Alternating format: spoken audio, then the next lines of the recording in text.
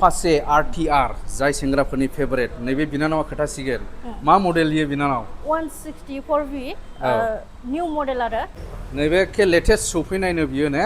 नै नायनो वास हौवानि गंसे हिनजावनि गंसे आरो हेलमेटआ धामाका अफार सोलिनानै दं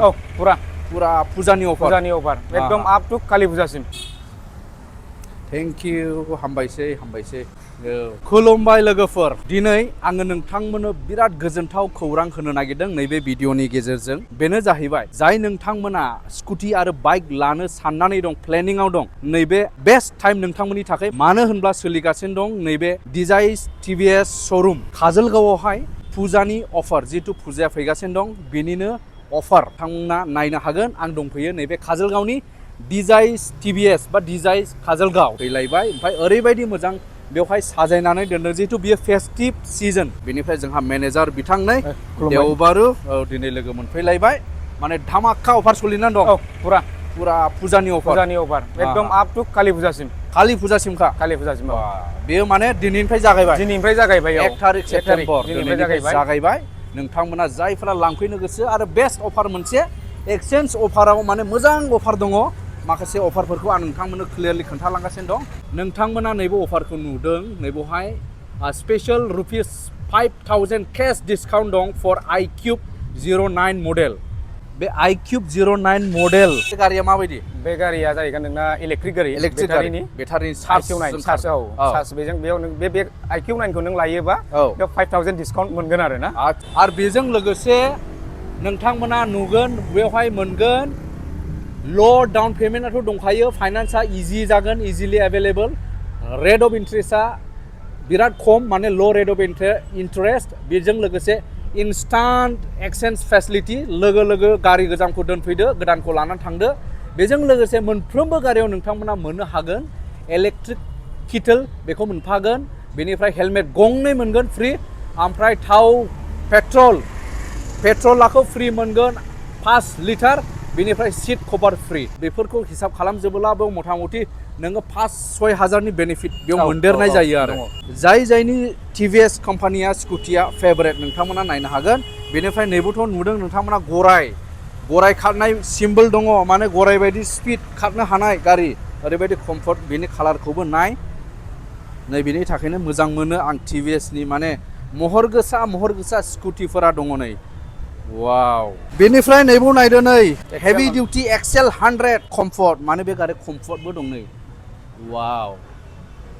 जायफोरनो नांगौ बे गारिखौ गोबां मानसियानो बेखौहाय मोजां मोनसै दाने जोंनि गामिफ्रावबो एसे बोरायसा बिथांमोना सालायो नै बेफोरबायदि नै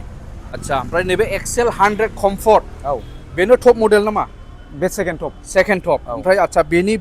बेसेना माबायदियाव बेनि बेसेना दा दामा जाहैबाय 80000 लवेस्ट डाउन पेमेन्ट बेसेबांसो होब्ला गगोन बेलाय 15000 सो होब्लां गलांगोन वाव सिबिला मोजांब्ला सिबिल मोजांबाथाय 15000 बान मोनलांगोन आरो वाव बेबो एखे एक्सेल बे गल मडेल गल कालार जाहैबाय बे कालारा गल जाहैबाय नै बेलाय मोजां नुदों बेखौबो नै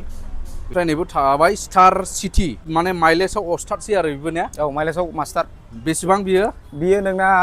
1,06,000 ओमफ्राय बिनि माबा सीसीआ बेसे इयो बिनि सीसीआ 110 सीसी माइलेजआ नोंना 60 प्लास वाव नै बे गोदान मडेल नामा गोदान मडेल बियो मा होनखो स्पर्ट्स 100 इयो ना 110 स्पोर्ट्स 110 इयो TVS स्पोर्ट्स 110 बेनि दामा बेनि बेसेना 1 लाखनि खम 1 लाखनिबो गाहायाव आच्छा माइलेजआथ' मोजां माइलेजआथ' सेम माइलेज 60 प्लास मोजां नुदों बेखौबो नैबेथ' रेडियम जाहैबाय 110 बेबो 110 बेनि माइलेजआबो सेम राजा बेबो माइलेजनि राजाखा बेबो स्टार्टखा ओमफ्राय गोराबो गारिया मजबुत गोरा गारि माने कमार्शियल बाहायनोबो बिराद मोजां बे गारिया बिजनेस खालामनायफ्रावबो मोजां बिजनेस खालामनायाव माल रोगानायाव ओमफ्राय नैबेबो 100 नि गुबुन कालार 110 स्पोर्ट्स 110 बे कालारा गुबुन नै सेम मथा-मथि जोंनि बोरायसाफोरनि थाखाय बांद्राय गिलिरद्रायबो नंले थावाबो खम जाबाय आराम सालायनोहाय जेन्टेलाव मोजांसै आरो बेफोरो नैबे मा मडेल बियो जुपिटार 110 डाउन ब्लु बेबो स्मार्ट कानेक्ट जोबखासै आजिखालि ओमफ्राय बेवनिनो सासे स्टाफ बिनानाव मा नामलाय बिनानाव नोंना हायनारि बिनानावखौ दिनै लोगो मोनफैबावलायबाय नैबे TVS श'रुमावहाय ओमफ्राय बिनानावानो जोंनो माखासेखौ खोन्थासिगोन जोंनो माने माखासे गारिनि बिसय आरो दामफोरखौ जेन'बा बिनानाव नैबे दामा बेसेबां इयो दामा बेना 1,18,400 जायो डिस्क गोनां आरो डिस्क गोनां डिस्क ब्रेक दं नालाय नै मोजां नुदों बेयो एखेयानो सेमानो बे गंनिया सेम ना बेनि फेसिलिटिया जाहैबाय नैबेखौ अन खालामब्ला नैबे लाइटआ मोजां जोङोना बेबायदि जोङो नै मोजां नुयो दा सानावखाय बारा मोजां नुवाखै जानो हागौ आरो खोमसिला साबसिन नुबावो आरो नै बेलाय 110 नि गेजेराव बियो टप मा होनदों बिनानाव जुपिटार 110 ड्राम जागोन बियो ड्राम माने डिस्क गैया डिस्क ब्रेक गैयि ओमफ्राय बिनि दामा 1,14,000 14,000 नैबो नोंथांमोना नुगोन नैबे नन डिस्कआवहाय माने एक्सचेन्ज बेनिफिट रुपिस 4,000 माने 4,000 डिसकाउन्ट मोनगोन जुदि गोजाम गारिखौ होनानै नैबे मडेलखौ लाङो माबोरै होनो एन्ट्रक सुपार स्कट होनो आच्छा दामा बेसेबां बियो दामा 1,20,000 बे गोदान मडेल नामा लेटेस्ट नामा इलाय लेटेस्ट मडेल गोदान फैनाय लेटेस्ट मडेलनो बे एन्टर्क सोर एन्टर्क मोजां मोनो नै गोदान मडेल फैलायबाय एन्टर्कआ लांफैदो ओमफ्राय नै बेफोरथ' बे एन्टर्क सिगांनि मडेल दं माखासे बेलाय ओरैहाय अबेखौ नांगौ नोंथांमोना चयस खालामनो हागोन नै बेलाय ओमफ्राय जोङो सिङावनि आउटलेटआवहाय सिङावनि श'आव दिन्थिनायफोरखौ जों नायनि ओमफ्राय नैबे गारिनि बिसय खोन्थादो बेखे समायना रमायना अनथावथाव गारि दंफैयो नै मोनसे TVS जुपिटारनि मा इयो लेटेस्ट मडेल नामा लेटेस्ट मडेल 125 जागोन 125 बेयो टप मडेल जाहैगोन टप मडेल वाव बेखौ नायदो नै सेल जादोंना जायाखै बिनानाव बे गारिखौ बायना बायाखै दा सेल जाथ'वाखै आरो आच्छा गोदानसो नालाय गोदान बेसे गोबाव जाखो लन्च जानानै बियो बारा गोबावानो जाखायाखै साननै सानथामल' जादों वाव लेटेस्ट ओमफ्राय दामा माबायदि बिनानाव दामा बेना 1,25,000 जागोन 1,25,000 वाव ओमफ्राय बे जाहैबाय नै स्मार्ट कानेक्ट ओमफ्राय आइग' एसिस्ट होदेरबायनो बे गोदान नायदो नै डिसप्लेखौहाय वाव वेलकाम राइडार ओमफ्राय स्मार्ट कानेक्ट जोबखा जास्ट ब्लुटुथ कानेक्ट खालामनानै स्मार्टलि कानेक्ट जाग्रा मोजां नुदों बेयो सेल जानो थांगासिनो दङ ना सासे लांसिगोन बेखौ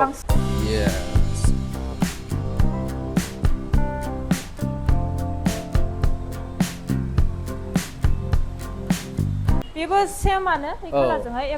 बेयो एसे सिगांनि मडेल आरो सिगांनि मडेल जागोन नैबेनि एसे सिगांनि मडेला नैबेमोन आरो TVS जुपिटार 125 एसे सिगांनि मडेल बियो नै ओमफ्राय दामा बेसे बियो बिनानाव 1,25,000 1,25,000 सेम प्राइस आच्छा 1,25,000 सेम प्राइस कालार ग्राफिक्स सोलायबाय आरो कालार ग्राफिक्स डिजाइनफ्रा एसे सोलायबाय लुक्सफ्रा नैबे जाहैबाय नै लुक्सआ बेलाय दा बेखौ लायो ना बेखौ लायो लाफैनो हागोन खिन्थु आं दा बायदियाव बायोला नैबेखौ लागौमोन आरो जिथु लेटेस्ट आरो बेनि कालारा इउनिक फार्स्ट टाइम नुदों आं स्कुटिखौ बे कालाराव अफारफोरखौथ' नोंथांमोना खोनाखाबाय मोजां अफार बे समावनोसो नोंथांमोना लाफैनांगौआ गारिखौ बायनांगौआ बे अफार थानाय समाव बायोब्ला नोंथांमोना बेनिफिट जायो नालाय दा बेनिखायनो बे समाव बायफैयोब्ला मोजां दा बेनिफ्राय जोंहा बिनानावफोर स्टाफ दं नै जेन'बा हायनारि बिनानाव ओमफ्राय नैबे बिनानाव सासे दङ नै बिनानावनि मा नाम प्रियंका हाज'वारि दा बिथांमोनानो दङ नै बेवहाय सेल्स एक्जिकिउटिभ हिसाबैहाय ओमफ्राय बिनानाव मा बुंहरगोन रायजो राजाफोरखौलाय जायफ्रा गारिफोर नांगौबा जेनेबा मोजां दङ बेयाव बेखायनो लांफैनो हागोन जोंनियाव हेल्प खालामनाय जागोन आरो नोंथांमोना कन्टेक्ट नाम्बारावबो एसे इनफरमेसनखौ लाहरग्रोनो हागोन खिन्थु बांद्राय हर गोथौआव फन बुलाबायनो नाङा अफिसियेल टाइम हमनानै ला फुंनि 9टासोनिफ्राय मोनानि 6टा 7टासिम ना मोनानि 6टा 7टासिमनि गेजेरावल' कल खालाम नङाबा नाङा फाङा हर गेजेरफ्राव फन बुलाबायनो आंनो बिदि गारि नांगौ बिदि गारिया दंना गैया होननानै बांद्राय सोंलु हरबाय थानो नाङा आरो नोंथांमोना दे बेबायदि दानिया जों नायनि आपाचे RTR जाय सेंग्राफोरनि फेभरेट नैबे बिनानावा खोथासिगोन मा मडेल इयो बिनानाव 164V निउ मडेल आरो गोदान मडेल इयो ना दामालाय माबायदि बेनिलाय बिनिया 1,70,000 आरो 1,70,000 बेनि दामा नै बा बिराद गोदान मडेलनो बियो नै RTR जायफोर नांगौ सेंग्राफोर स्पेसियेलि ओमफ्राय बिनानाव थावा माबायदि माइलेजआ बेना 45-50 बिदि आरो ना नायनि वाव बे माने डिजिटेल माबाया नै फुल डिजिटेल आरो आपाचेनि टप मडेल आरो बेबो स्मार्ट कानेक्ट ना स्मार्ट कानेक्ट आपाचेनि टप मडेल नै 164V नैबे मा मडेल नानि बियो बियो राइडार आइगो आरो बेसेबां सीसी बियो 125 सीसी दामा बेसेबां बेलाय बिनिया 1,21,000 इदि 1,21,000 ना नैबेलाय राइडार मोजां बियो गारिया बेसेबां माइलेजआ बेसेबां होयो बिना माइलेजआ 50-60 प्लस 50-60 वाव दा ओरैहाय पार्टी मोनसे दंफैयो नैबे स्कुटिखौ लांसिगोन जाहैबाय ओरैहाय पार्टी मोनसे बिसिना माखासे मा होनो फर्मेलिटि सोलिगासिनो दं गोदान नैबेखौहाय लांसिगोन नैबेखौहाय खौबो सोर लांगोन आंनि लोगोआनो लांगोन आरोना आंनि लोगोआ बेखौ लांखागोन दिनै मानिया एखे माखासे फर्मेलिटि सोलिगासिनो दं आरो बिसिना नै लेटेस्ट गारिथ' डेलिभारि हबोलै गई আছে डेलिभारि हबो माने मडेल लेटेस्ट कालार नैबे जाहैबाय एन्टर्क जायफोर एन्टर्क लाभार रेस एडिशन दाब्रायलायनायावबो बाहायनो हायो बेखौ बियो एन्टर्क रेस एडिशन एन्टर्कनि 4 मडेल जागोन आरो आच्छा 4 टप जाहैगोन 4 टप आच्छा फेसिलिटिया बेयावहाय स्मार्ट कानेक्ट मोनगोन ओमफ्राय लाइटआ एलईडी जागोन माबायदि एलईडी बेनो लाइटआ ने औ औ बेबायदि जोङो आरो ने ओके ओमफ्राय सीसीआ 125 जागोन माइलेजआ बेना 50 नि गोजौआव जागोन दामालाय माबायदि दालाय दामा बेना 1,20,000 जागोन 1,20,000 वाव जायफ्रा एन्टर्क मोजां मोनो मोजां कालारनि डिजाइननि दंफैयो नै नायदो दा नोंथांमोना खोनाबाय मिथिबाय जायफ्रा प्लेनिंआव दं नांगौ न'आवहाय बा गोजाम जाबाय गारिया गोजाम जाबायब्ला गोजामखौ लानानै फैदो एक्सचेन्ज खालामनानै लानानै थांदो लोगो एक्सचेन्ज जाखागोन आरो बेजों लोगोसे जायफोरा गोदान गारि बायनायनि प्लेनिं दं नोंथांमोना देरि खालामाजासे नैबे फुजानि अफारनि मुलाम्फाखौ लाफैदो आरो लानानैहाय थांदो TVS नि गारि आंथ' TVS खौ मोजां मोनो आरो आंथ' निजा TVS जुपिटार क्लासिक गारिखौ आं सालायगासिनो दं बोसोरथामानो जाबाय माने खुनु कमप्लेन मोनाखै आङो बिराद मोजां आरोखि आंनि रिभिउ बा फिडबेकआ मोजां TVS नि गारि जितु आंनो सालायगासिनो दं न'आव हिनजावजों आंजोंहाय स' अफारा सोलिबाय थागोन कालि फुजासिम बेनिखाय बेनि सिगांनो हानायखिनि नोंथांमोना थाबैनो जगाजग खालामनानै बायफैदो नैबेवहाय डिजाय TVS काजलगावआवहाय होमब्ला लामा नायसैनो आंनि लोगो रंजाया बेखौहाय वाव मोजां दे गारिया नै कालाराबो मोजांथार कंग्रेचुलेसन नैबे गिफ्ट होबाय ओमफ्राय नैबे जाहैबाय साबिखौ गथायबाय डिजाय काजलगावनिफ्राय बास ओमफ्राय जाहैबाय हेलमेटआथ' गङैखा नालाय गङै होनाय जासिगोन आरो नै